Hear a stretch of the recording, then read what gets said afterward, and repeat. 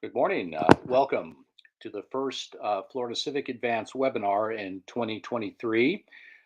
Initially scheduled January 19th, taking place today, Wednesday, February 22nd. Uh, we showcase examples of civic excellence in Florida communities. And I'm Bob Jones, Florida Civic Advance board member, and we are a nonprofit membership network committed to working across sectors to improve civic health in Florida's communities. Next slide. So the civic challenge for Florida is uh, quite large. We're the third largest state in the country, but we rank amongst the weakest states in terms of civic health, covering such things as volunteering, helping neighbors, voting, fixing a community problem, etc. Over the our so to the next slide. We welcome membership in the organization. Individuals, organizations are invited to join, and there is information on the website regarding that and application. Next slide. So in 2022, we developed a set of priorities for Florida Civic Advance for a strategic framework for 2023 to 2025. And over the next years, our strategic priorities are to support civic health and community measurement, convene, showcase civic excellence, and serve our members in their civic efforts. We welcome you to join the FCA network. You will note that in terms of the program, you have a comment button, and on that, and we welcome questions as they come up as Rich and Cheri go through their presentations, and we will try and cover all the questions, and it will be displayed across the screen as they are submitted. So it's my honor now to introduce our presenter, Rich Harwood. His career is focused on transforming public and political lives by supporting individuals, organizations, and communities to support positive change. He's the president and founder of the Harwood Institute for Public Innovation. He is an author of 5 books. The latest or newest is Stepping Forward, scores of articles and reports on how communities can solve shared problems, bridging divides, and creating resilient communities. Rich grew up in upstate New York, attended Skidmore College, and gained a master's degree from Princeton in public administration. His early career focused on or featured work at Public Agenda at the national level and Jobs for the Future. He founded Harwood Institute in 1988, initially as a for-profit entrepreneurial organization. They later converted to a 501c3, a nonprofit, and in 1991 he published a groundbreaking report, Citizens in Politics: A View from Main Street. The institute operates both domestically and internationally. And he, among other things over the years, back in, I think, in the early 2010s, he facilitated a Newtown, Connecticut unanimous decision on the fate of Sandy Hook Elementary. And his institute operates in 50 states and 40 countries, with organizations such as United Way, Goodwill, AARP, American Libraries Association. So I'll introduce Cheri briefly, and then I'll turn it over to Rich for the program. So Cheri is a consultant to the Patterson Foundation based in Sarasota, and has had a 20-year public sector career, including serving as Manatee County Administrator. The bulk of her work has been in the community services, human and children's services fields. And in 2007, she was tapped to create the Manatee County Neighborhood Services Department. Her work with the foundation includes digital access for all initiatives and the Suncoast grade reading level, which received a recognition from the National Civic League in their All American Communities program, and building trust and strengthening communities. So, Rich, I'm going to pull up a slide about the responses, the many registrant responses to what they wanted to learn from this webinar, and then I'll turn it over to you. So I'll just highlight it's the who, what, and how, with emphasis on the how. The who is the Harwood Institute, the Patterson Foundation, the Kettering Foundation, Florida Civic Advance, et cetera. Then what, the research study design, the diagnosis, the context, and then how, the tips, the steps, the methods, the strategies for getting past polarization and political divisiveness, increasing civic engagement in the community. So that we really appreciate all of that input, and it helped us to sort of think about the program itself. And I will then now turn it over to Rich for the presentation. Great. Thanks so much, Bob. It is great to be great to be with everyone. Great to be with Cheri, my good friend from Sarasota, who we've worked together over many years now. And Bob and I were just talking before we started that he and I go back to 1990. So it's great to reconnect with him as well. I do want to talk about how we can move forward. And first, I'd like to just talk a little bit about where I think we are, because I think how we move forward is dependent on a better understanding of where we really are as a country right now and as a people. You know, we're coming through hard times. I don't need to remind us about that, whether it's COVID, our politics, the changing economy that we're all experiencing, or an attempt at a reckoning with social justice and racism in our country. I think people in the country are yearning to be part of something larger than themselves. They're yearning to get our country in motion again, to get us moving, to create more progress for more of us, to figure out how we can each be part of America's promise moving forward. But it's no surprise to you, and it's no news, that we are stuck as a country right now, and many of our communities are stuck as well. And the question is, how can we move forward? Many people would say that we're not going to be able to move forward because we're polarized, that we are too polarized as a nation, we are too polarized as people, we are too polarized in our communities in order to move forward. And my message to you today, as loudly and as clearly as I possibly can say, is that I believe this notion of polarization is an explanation and an excuse for inaction. An explanation and an excuse for inaction.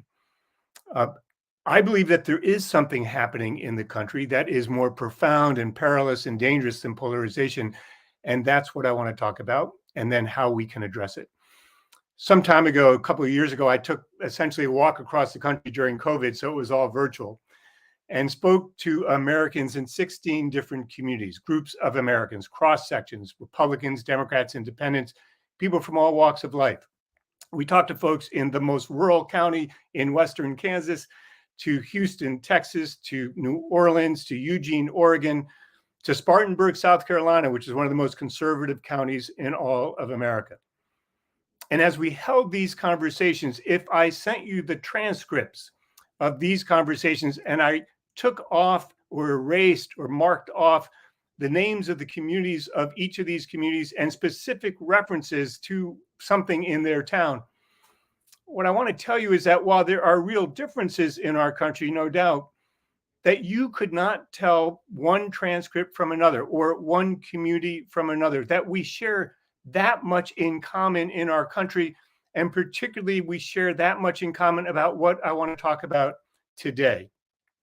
And what we found in the country is there's three main things that I just want to highlight for you today that is a response to polarization, a different way to look at what's actually happening in the country, and a way to think about how we can then begin to move forward. First is this: what people told us is that we are separating and segregating from one another at a far faster rate than ever before in America. Now, we all know that this country was founded on separation and segregation. And we have been riddled by that throughout our history. But the separation and segregation that's occurring today is happening to everyone in every part of their lives. We are separating and segregating into smaller and smaller groups because we are so anxious about what's happening in our country. We are so anxious about what's happening in our individual lives.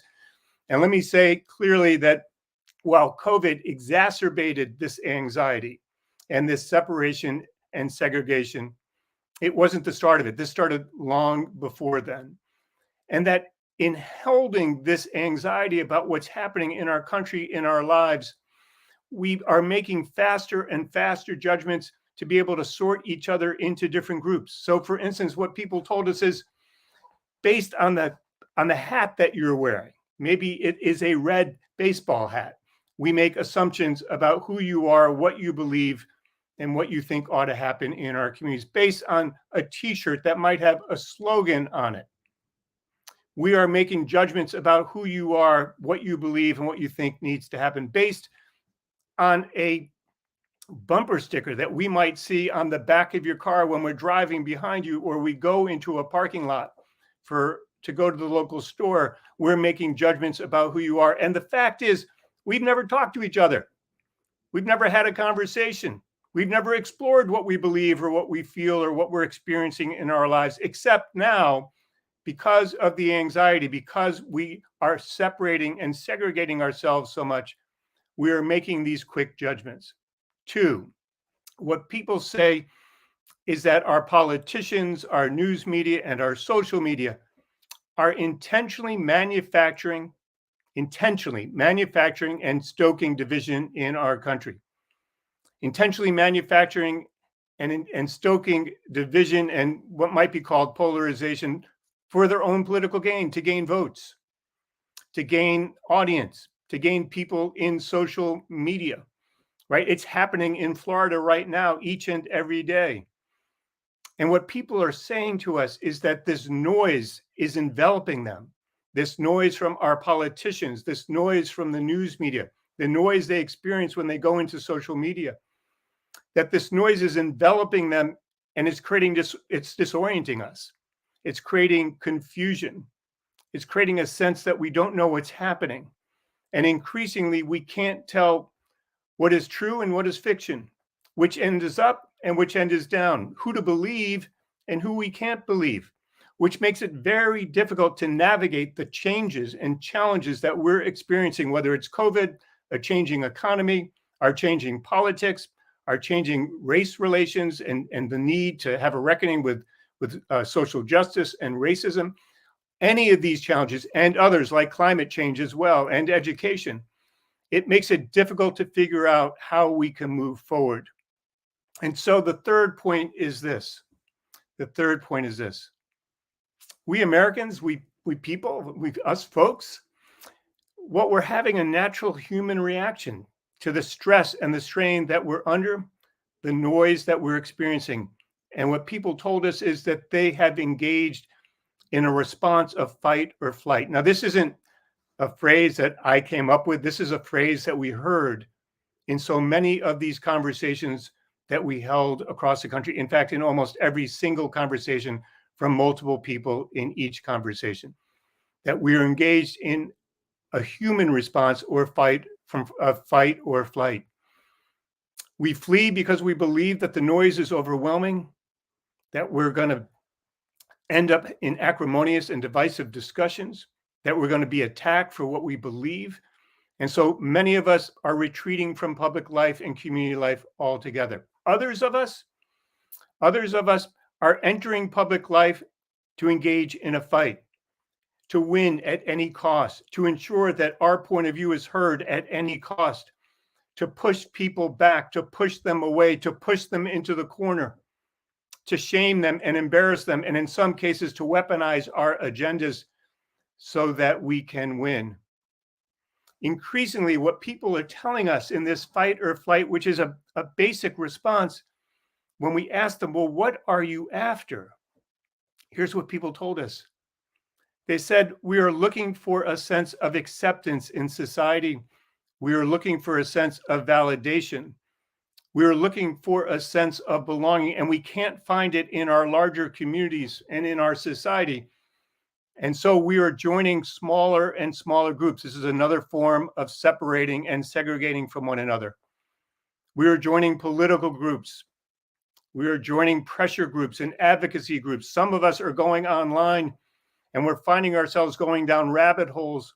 And ultimately, we find ourselves even confronting and engaging with hate groups, right? With hate groups. And what people tell us about joining with all these groups, they'll say really quickly, Rich, it's not that I agree with everything that these groups stand for. In fact, there's many things that I may not agree with, but they accept me. They validate me. They create a sense of belonging for me. There's a home for me here. And so what people are saying to us is that they want a home that they can belong to, a sense of belonging that they need. And so when you look at these three findings that came out of these conversations that we held across the country, and frankly, that are affirmed each and every day that I do work in communities all across this country, what we face is not so much a political problem, a big P political problem, which is how the news media would like to frame it. It's how our politicians certainly would like to frame it. It's what takes place in social media. It's not so much a political polarization problem. It's a individual and social psychological dilemma about how do I make my way in the world? How do I navigate this noisy, crazy place? How do I find a sense of acceptance and validation and belonging and community with others? How can I get a shot at pursuing and fulfilling America's promise as we move forward? Now, you might think as I heard these things across the country that I lost hope. I didn't. In fact, I have an abundance of hope about how we can move forward. And I just want to share with you three examples of where I find hope in America today. Practical examples of where I find hope. Now, each of you listening, as I say these three examples, I'm sure you have your own examples, maybe more than I do. And I ask you, as I say my examples, for you to think about your own. So here's the first one. It deals with education, Reading, Pennsylvania. Reading 10 years ago was declared the poorest community of all of America. It was once predominantly white in manufacturing. The manufacturing base has left, and now it is predominantly Latino, over 60%. Some people may say it's more homogeneous than it was before, but in fact, it's more diverse than ever before because folks come from 6 or 7 different Latin countries. It's very diverse with different customs, different heritage, different dialect, right? Different use of language. A couple of years ago, we started a project there with local individuals to see if we could create a shared agenda around education. When we started this work, this was at the very same time, much like in Florida, that there were debates about critical race theory, debates about whether or not kids should wear masks in schools, debates about banning books, debates about school board upheavals and running school superintendents out of town. At the very same time that those debates were occurring across the country, we were working in Reading, Pennsylvania with folks from all across the community. And they didn't fall prey to those culture debates that are holding us hostage. Instead, they were able to come together and generate a shared agenda around education, around the mental health of our children, around early childhood education, around English as a second language, around ensuring that teachers look like the communities that they're teaching. They had a whole bunch of agenda items. Not only did they come together and produce this agenda, but 3 teams formed on specific issues and they started to take action, and they're doing that now. Not only that, but as our work has unfolded, I was just in Reading recently, more and more people are joining this work to spread it across the community and make it real. It can happen. We can overcome the fight or flight. We can overcome the manufactured polarization, and we can overcome these culture debates that are holding us hostage. Now, you might think Reading is an aberration, but here's the thing. At the very same time we were working with folks in Reading, We were working independently with folks in Clarksville, Tennessee, a very different community, but they too produced a shared agenda around education and equity concerns, and they're moving forward on it. And if you think Clarksville, Tennessee is an aberration, we were working with folks in Lexington County, or Lexington and Fayette County in Kentucky, and they too produced a shared agenda, and they too are moving forward on it now.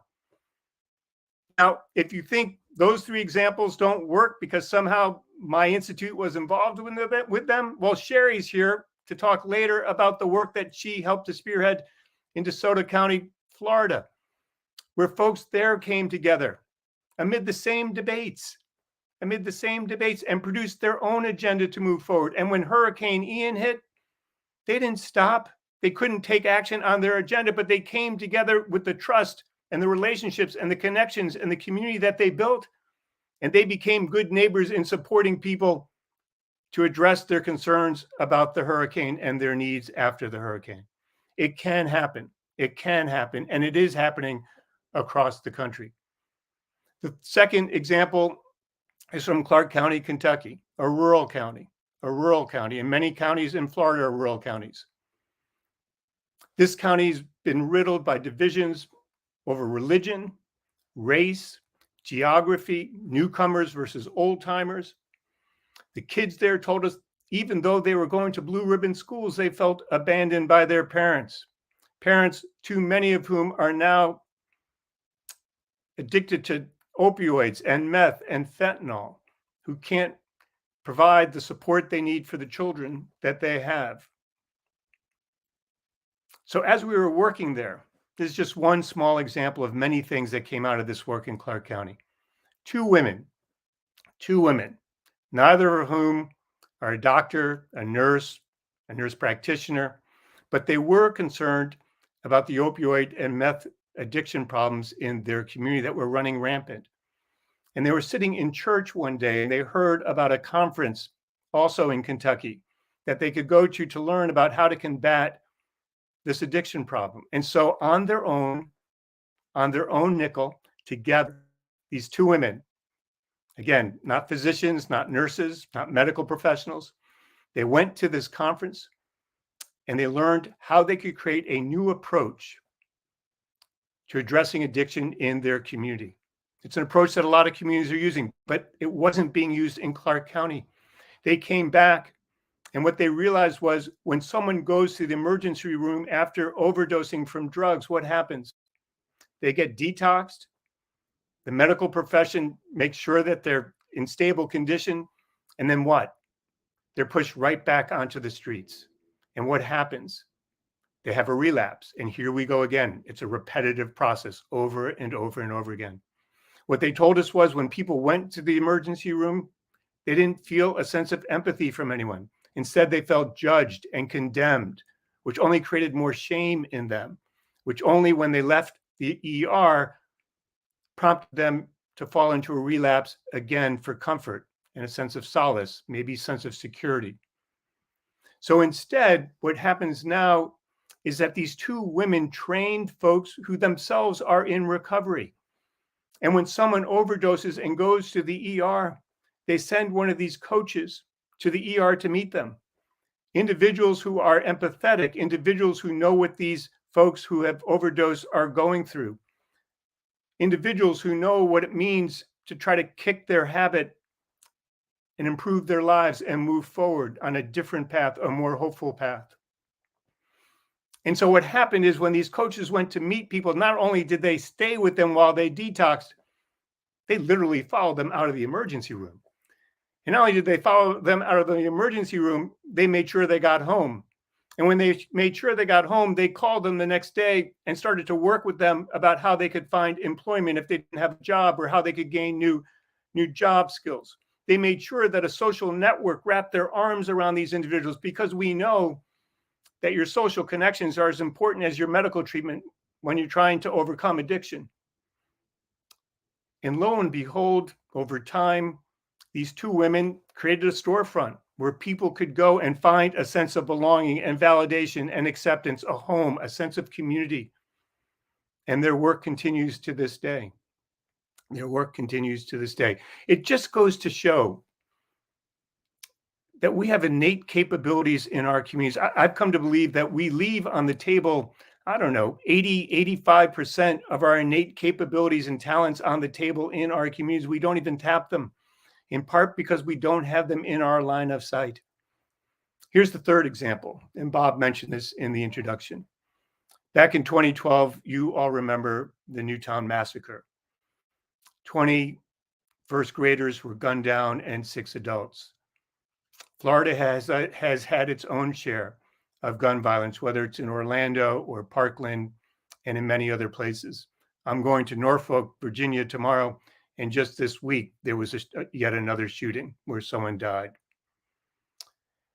Back in 2012, the mayor of Newtown, just weeks after this massacre, called me on the phone and asked me whether or not I would come to Newtown to design and lead a process by which the community could decide what to do with the Sandy Hook Elementary School.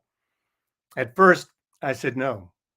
I wasn't sure that I had anything to offer. I wasn't sure how I could lead this community forward.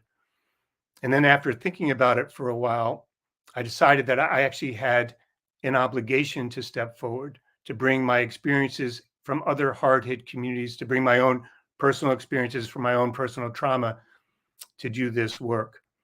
She had set up a task force of 28 elected officials from 4 different governing boards, which frankly was a recipe for a political disaster. These officials didn't get along between their governing boards, and in many cases, there was strife on each governing board. But nonetheless, she brought them together to figure out how the community could move forward and how the community could figure out what to do with this school building. What I learned real quick was that this really wasn't about a school building at all. It was about how a community could take its first public steps to move from trauma and despair to healing and hope. Over the next few months, this task force that the mayor set up met in public. Every meeting was covered by CNN, by the New York Times, by the Wall Street Journal. There were scores and banks of television cameras and reporters and radio microphones. Each meeting we heard from survivors, from people who had lost a child, from people who had went to this school, alumni who wanted to make sure the school remained open. We heard from townspeople. The day before we were about to make an announcement that this task force, after 3 meetings, was ready to make a decision about how to move forward, a group of 30 teachers released a letter. It ran in the Wall Street Journal. I got a phone call. I was sitting at my home that morning and got a call from the mayor's office saying, look at the Wall Street Journal and read about this letter. These 30 teachers said that under no conditions would they ever go back to this school or even this site where the school now stood. So I flew up to Newtown that night, which was supposed to be the day that we were going to make our final decision as a task force. And there were hundreds of people, 3-4 rows deep, all around us in this council chambers where we held each of these meetings. All the television cameras were there, the reporters, the radio stations. They were all there to cover what we were going to do. This was national news. And I had to stand up in the middle of this meeting when we first convened it and say, I'm going to have to ask everyone to leave the room, because for the first and only time, we're going to hold a private session. And we invited the 30 teachers into the room as others left. And for the next, 90 minutes or 2 hours, I had one of the most harrowing experiences I've ever had, where these teachers told of the story of hearing the gunshots ring throughout the hallways at Sandy Hook Elementary School, where some of them stowed their children in their classrooms in closets or storage rooms or underneath desks, where some of them barricaded the doors to their classrooms, where some of them heard the gunmen come down the hall and mow people down, where people lost their colleagues, where people talked about what it was like now to have children back in school and dealing with all of their concerns and fears each and every day. And so when the conversation ended, which was just the task force, these 30 teachers, myself, and 2 mental health professionals. We opened the room up again and let everyone back in. And I stood up and said, as much as we would like to make a decision tonight, tonight's not the night to make a decision. The task force was beside themselves about what they had just heard. They weren't sure anymore about what needed to be done. And so I said we'd reconvene in 2 weeks. And when we did come back in 2 weeks, and all the people filled this room again, it looked as though we were going to be gridlocked, that we were at an impasse, that different groups on the task force wanted to move in fundamentally different ways. And I had been told that morning by news media folks who had called me saying, after the third meeting, we told you this would never work. We told you there would be an impasse. We told you this was a bad idea. And so when I went up back to Newtown for this last meeting, it appeared as though they might be right. But I knew in my heart that they were wrong. I knew based on experience that we could move through this. And over the next 3 hours, well into the evening, the task force met. And eventually, one leader from one of the factions said, it looks like we're not going to make progress. We're going to have to put aside some of our own views, and we're going to have to come together for the good of the community. And so one by one, people began to coalesce around one of the options that we had.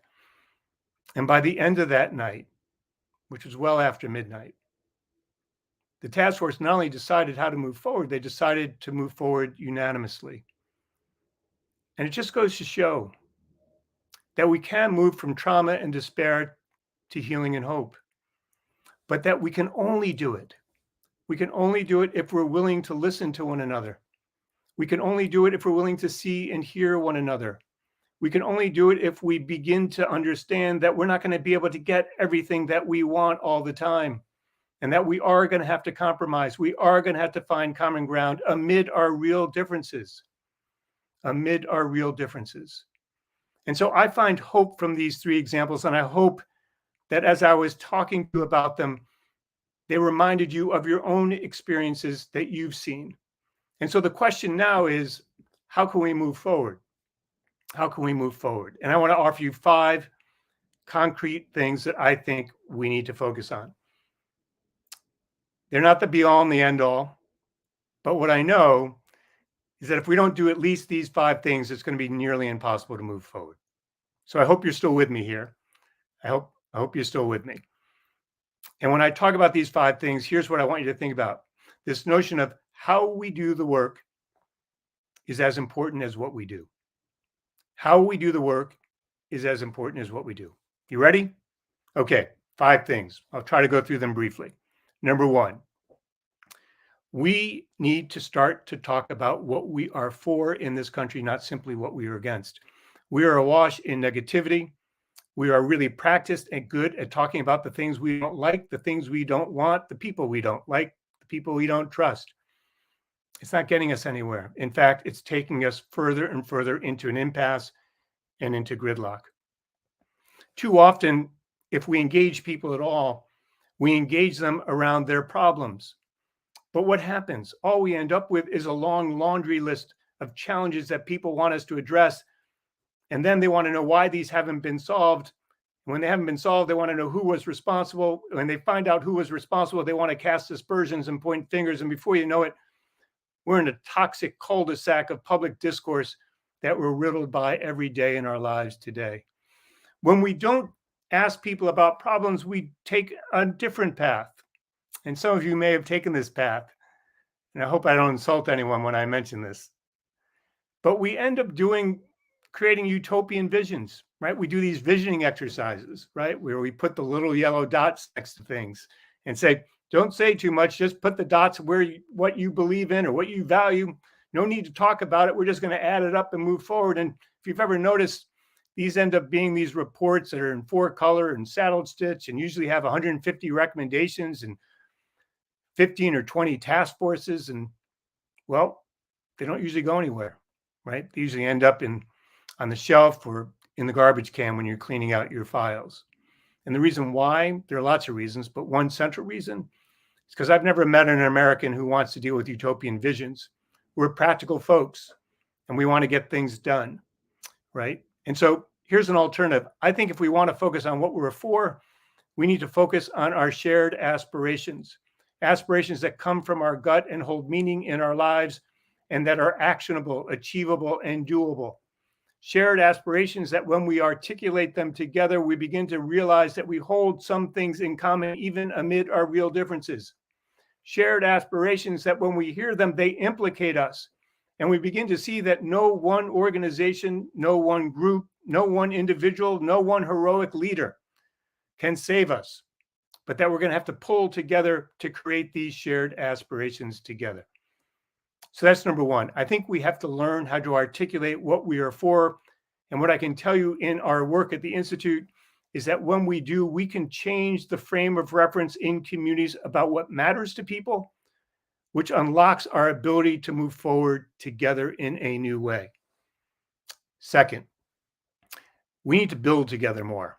We need to build together more. Now, some of my friends in the dialogue community would have us believe that we just need to hold more forums and everything will be okay.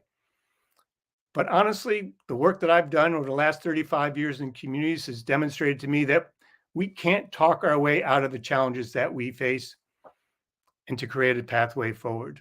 More talk isn't going to do it. More talk alone isn't going to do it. We need to build. We need to create things together. We need to demonstrate that we can actually make things happen together. And when we do, we begin to recognize that we have hidden talents, hidden gifts, hidden resources in our communities that we can tap into. We begin to discover partnerships that we never could have imagined otherwise. There is a civic joy that occurs when you build something with someone else, right? There's research on this. There's a civic joy that gets released chemically in our bodies about co-creating something with someone else and beginning to see that we actually have the capabilities, the knowledge, the know-how, and the wisdom to do things together. That when we fail and things don't work, we actually can get back up and keep moving and keep going down a path. And so I think we need to put more emphasis on coming together to build things together to make things happen, which leads me to my third point. The first one is we've got to figure out more of what we're for. The second one is we've got to build together.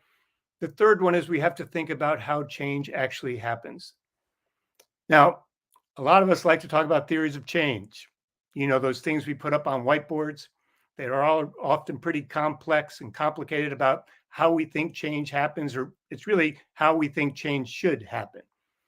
But I don't know about you, but I've never seen very many theories of change work out.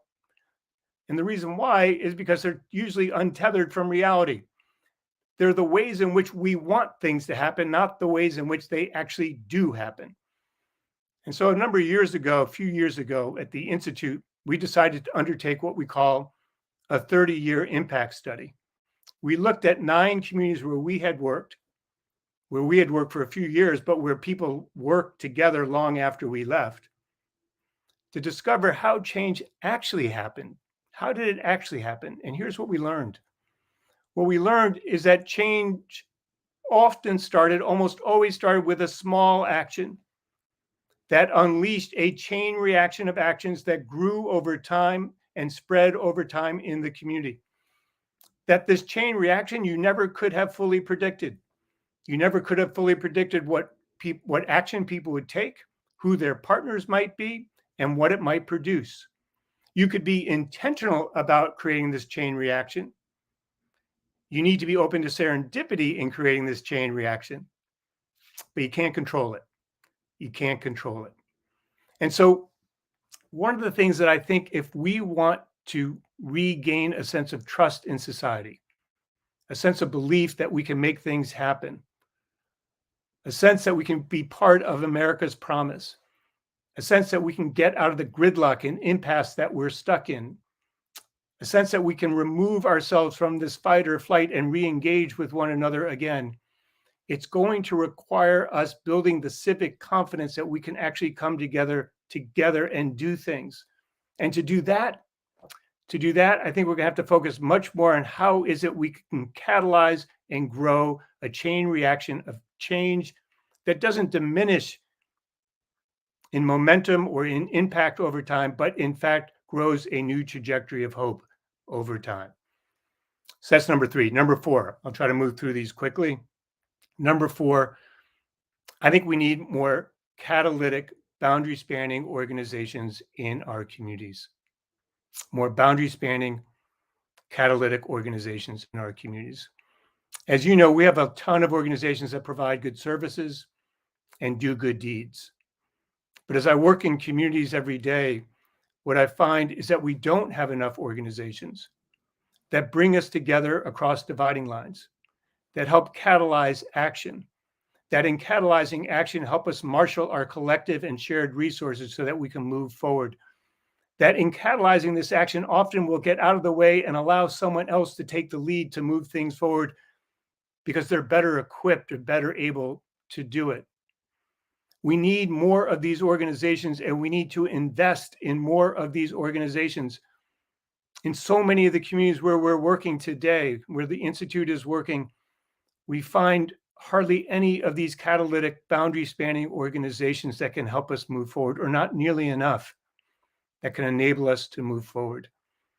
And when we do bring these groups together, when we do create these places where we can bring folks together across boundary lines, across dividing lines, to marshal our shared resources, I want to be clear about something. This isn't simply about more collaboration. You know, collaboration is one of those $5 words that we all use in grant proposals and talk a lot about. But what I keep finding in our work is that when we bring folks together, we talk about collaboration, but we seldom actually work together. We actually seldom have the hard conversations we really need to have.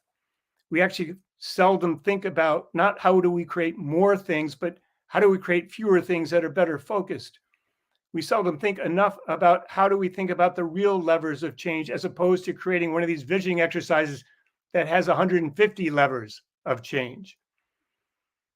In communities like Lexington, Kentucky, where we're working, people have said to me, we have so much collaboration and so many plans of action, but we're not getting enough done because we don't actually work together. We don't do the hard work that's required to work together. And so when we do create these catalytic boundary spanning organizations, let's not make the mistake of simply just trying to do the typical usual collaboration. That's just going to stall us and create more frustration in our communities. Last point is about our narratives. What I've found in my 35 years of experience is that the greatest hidden factor about whether or not communities move forward, the greatest hidden factor, is the shared narratives we have about ourselves and our communities. In too many communities, the narratives is that we can't move forward. The narrative might be that we're waiting for a mayor to get elected to save us. In Las Vegas, where I work, the narrative was, I'm for me and you're for me. In Youngstown, Ohio, where I work, the narrative around education was, none of these kids have the potential to learn. They're just all going to end up in jail. These narratives shape our attitudes, our actions, our behaviors, our beliefs, and they stall us and prevent us from coming together and taking action and having confidence in ourselves and in one another. And so I think we need to pay more attention to how we create a new can-do narrative in our communities and across states like Florida. But it's not going to be about hiring public relations firms that come up with a new slogan and try to make us believe something that we know isn't true. These new narratives are going to come from the actions that we're taking in our communities, that we identify, that we lift up, that we shine a light on, that we learn how to tell new stories about. But here's the thing. In so much of the work that you and I do and others, we don't see these changes that we're creating. They're invisible to us because we're so knee-deep in the work. And we're taught that we're only allowed to talk about our progress when we're at the end and we've fulfilled all our metrics. So at the Institute, we created a tool called Making the Invisible Visible, which we're using in communities all over the place, which is to help people to identify the progress that they're making as they're making it over time, so that they can tell an unfolding story that's happening over time. so that they can make installments in this story so that people can see what's actually happening, including where they fall down and fail and need to get back up and find a new path. I think if we want to move the country forward, if we want to move our communities forward, one of the basic things we need to focus on is how we create new can-do narratives in our communities. Let me just end with this. I'm going to cut out a whole part of my talk because I'm running late here. I just want to end with this thought. I think today, one of the challenges that we're facing is that in this fight or flight mode that we're in the noise that's enveloped our society, our public square has become increasingly naked. It's being hijacked by those with the loudest voices, those with the most acrimonious messages, those who are weaponizing their agendas and pushing others away.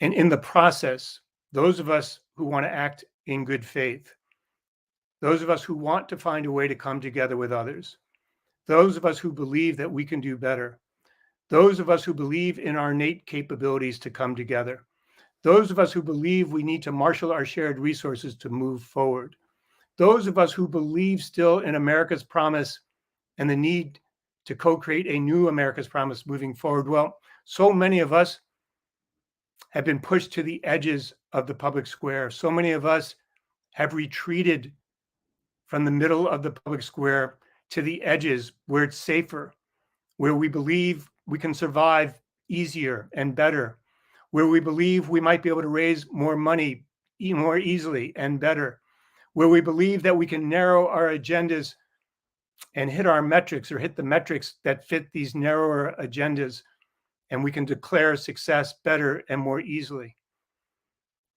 And if I have a message to you today, it's this. We face a fundamental choice in our country. You face a fundamental choice in your communities in the state of Florida and across our country. Will we surrender the public square to those with the loudest voices who are most acrimonious, who are most divisive, who are often most hateful and bigoted and prejudiced? Or will we run back into the middle of the public square and reclaim it? To do that, I think we need to focus on the 5 things that I mentioned today as down payments on creating a more equitable, a more fair and just, a more inclusive, a more hopeful society moving forward. Thanks so much for having me. I look forward to engaging in a conversation. I look forward to having Cheri engage in this conversation because she brings so much wisdom and experience to these questions. Thank you, Rich. I think we can all say that once we hear about those 5 messages and we talk about the can-do attitude, the can-do is now. And from the Patterson Foundation's work with the Harwood Institute and building aspirations to action, it has been all about, as Rich mentioned, trust. And we know that the speed of trust is only built as we move through working with people and organizations, even the communities. And I wanted to just provide an example because as you listen to Rich, you say, now what can I do? How can we move forward? And so from here, from where we're sitting at today, what I'd say is don't wait. Be that person, be that catalytic individual, be that organization to move forward. And one of the examples that we can provide about this is the work that we have done in DeSoto County, Florida, a community of about 38,000 in a rural agricultural area and ready to come together and to work. But first, we had to go in and build that trust. So bringing groups together, and I loved how Rich mentioned the smaller groups because we found that to be the most catalytic portion of the work. Bringing small groups of people together that at that moment are comfortable being there, but haven't shared their aspirations. And this took place in another interesting way with our team with Aspirations to Action with the youth in the community. We hadn't planned on that, but that was one of the first groups that we were able to reach. And as we did, we found they had amazing aspirations to bring forward, things that were possible. Finding out who else cares in the community to help support them, to help bring them forward. not for us to lead that change and be the people that stand up, but to look at them as those that can start that movement. We're in about our 14th session, and it has taken a little longer than we had expected. Our team wanted to be done with and ready to move on to that next level, as Rich was mentioning about bringing things out. But a little thing called Hurricane Ian came up. And I will say to this group here on today is that one of the most amazing things that happened at that time in this community with these conversations is that because they had started speaking to each other, because they had started building their aspirations, they were not set back by the hurricane. They were inspired to continue working. They had met each other. They had met each other in new realms, and they continued to make progress. And so as we meet in these groups, over 300 different people have come forward. And other examples of progress are they've made their own groups. They have smaller groups. They meet on a regular basis. And now it's time. It's time to come back together and do one of the main things. And I mentioned this to Rich that they asked us about was how will movements like these be sustained? The word sustainability. Everyone was afraid to start because they were afraid it wouldn't be sustainable. However, with the conversations that you're able to have and the aspirations that you bring forward, many of those hurdles are tackled by finding people in the groups that are willing to step forward, that are willing to take responsibility for keeping things moving in their community, and that sustainability starts to build. So we're thrilled to continue to be a part of Aspirations to Action with the Patterson Foundation and to have that ability for a more inclusive set of conversations to bring about collective abundance in a community and to build trust so that that community can move forward. Thank you. Go ahead, Bob. So, Rich and Cheri, thank you so much. I was making notes on the steps, and I think the registrants on this webinar were really interested in the concrete steps, and I really appreciate that you kind of laid out pretty pragmatic, practical questions. There was a question in the earlier webinar learning items that really asked the question, how can you start a conversation in a community that is focused on equity and racial justice? And given the moment here in Florida, how would you suggest we might kind of approach or attack that? Yeah, well, what I would say is what people in communities have told me. So in Reading, Lexington, and Clarksville, this work started around educational equity and racial justice. That was the mandate. And what we've learned, what we knew going in and what we've learned in other places like Alamance County, North Carolina, where I just was a week ago, we were having very difficult conversations about race, equity, and racial justice, is that when you start by talking to people about their shared aspirations, and when you start by being radically inclusive in these conversations, it opens up a pathway for people to talk about what they really value, what they need, what their concerns are. And invariably, like in Reading, they created an agenda that they consider an equity agenda. But they didn't start with equity and racial justice. They started with what are their shared aspirations for the community? What is it they want to create in their community to create a better community moving forward and to ensure every youth and child can succeed in their communities? And so what that did, and what in Alamance County, people who do diversity, equity, and inclusion work, I can send these quotes out, said was, it's really interesting, Rich. We use all of this work, and what we find is it keeps pushing people away from the table. It keeps putting labels on people before we've had a conversation. And it often divides us, and we try to create these comprehensive plans. And what I've learned through this work is that if we can focus on our shared aspirations and not create comprehensive plans, but to begin to think about where we can start to build together and take action, we can actually get things moving. And here's the thing, Bob. In Clark County, Kentucky, where this happened, they had a history of slavery.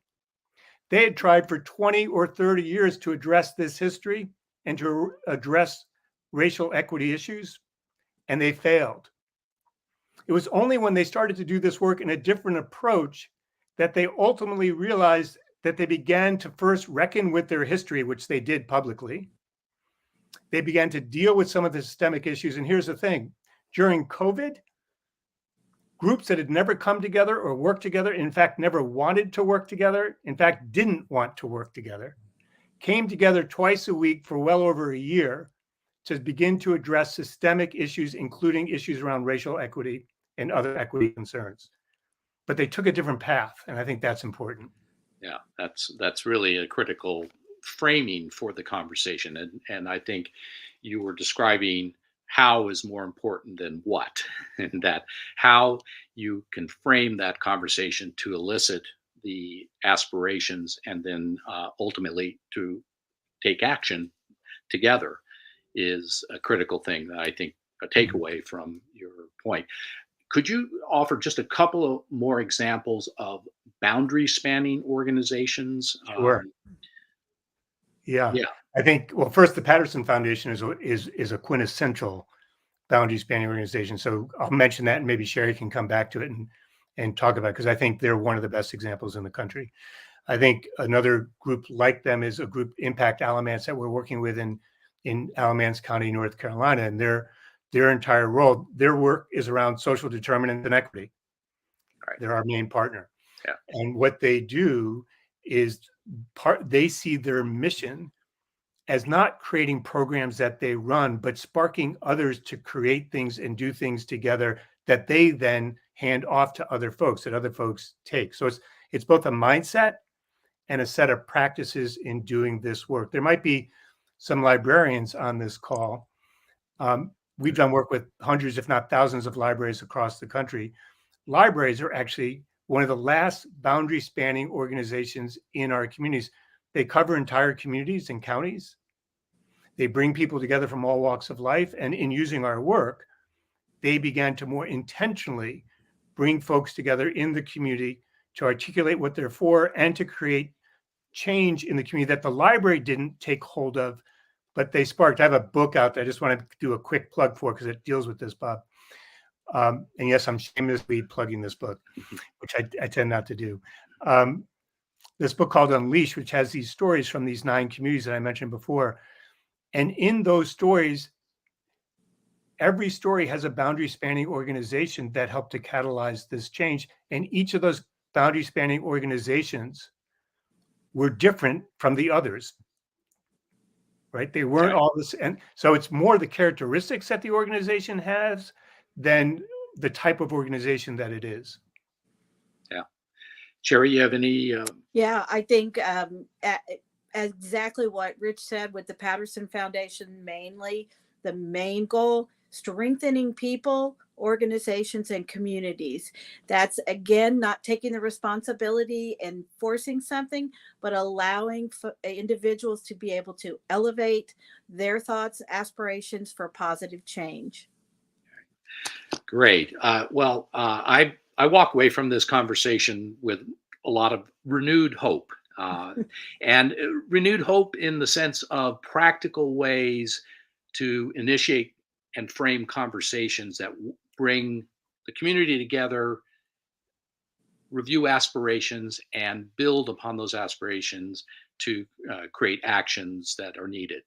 So I thank Rich, I thank you and Cheri for joining us and presenting these ideas. And I'll just mention on the way out, we have about a minute left. We do have past FCA webinar programs on our website. So if you're interested, covered a whole range of different ideas and initiatives. Next slide. So our next webinar is March 23rd, and it's titled When Civic Scholarship Meets Civic Practice. And it's going to be highlighting the University of Miami's experience, their Civic and Community Engagement Center Dr. Robert Backen. Jim Murley, who's our president of the Florida Civic Advance, is also the Chief Resilience Officer of Miami-Dade County. And then Alex Chow, who is a former student, graduated in 22, but he's now working at HUD on questions of affordable housing and the like. So at any rate, we will welcome you to that. Our website is on the screen, and encourage you to review our membership benefits and application. And again, thank you to everyone, and thank you especially to Rich and Cheri for really enlightening and positive program, and with a lot of actionable ideas.